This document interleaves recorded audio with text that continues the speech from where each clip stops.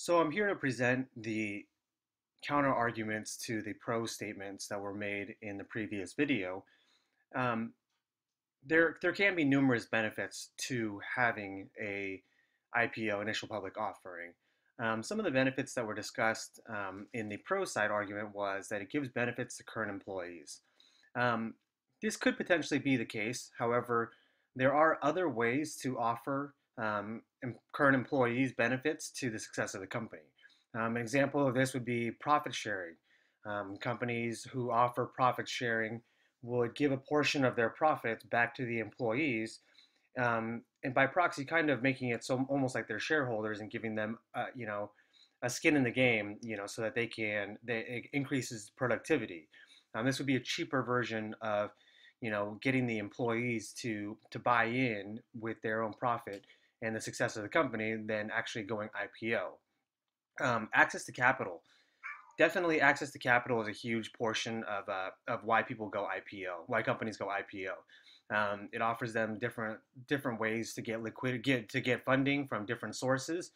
Um, but as in any case, anytime you access more capital, there's also more responsibility that comes with that.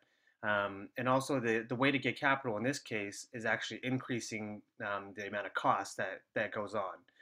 Um, Obviously, the IPO cost is going to cost quite a bit of money, so your access to capital isn't exactly just free. Increase liquidity for shareholders. Um, you don't really need to increase liquidity for shareholders if you don't have any shareholders. Really, your ultimate goal of your business is to try to grow your business, and not necessarily worry nearly as much about what shareholders think. And finally, it gets the attention of the media. Sometimes it brings extra scrutiny in positive and negative media.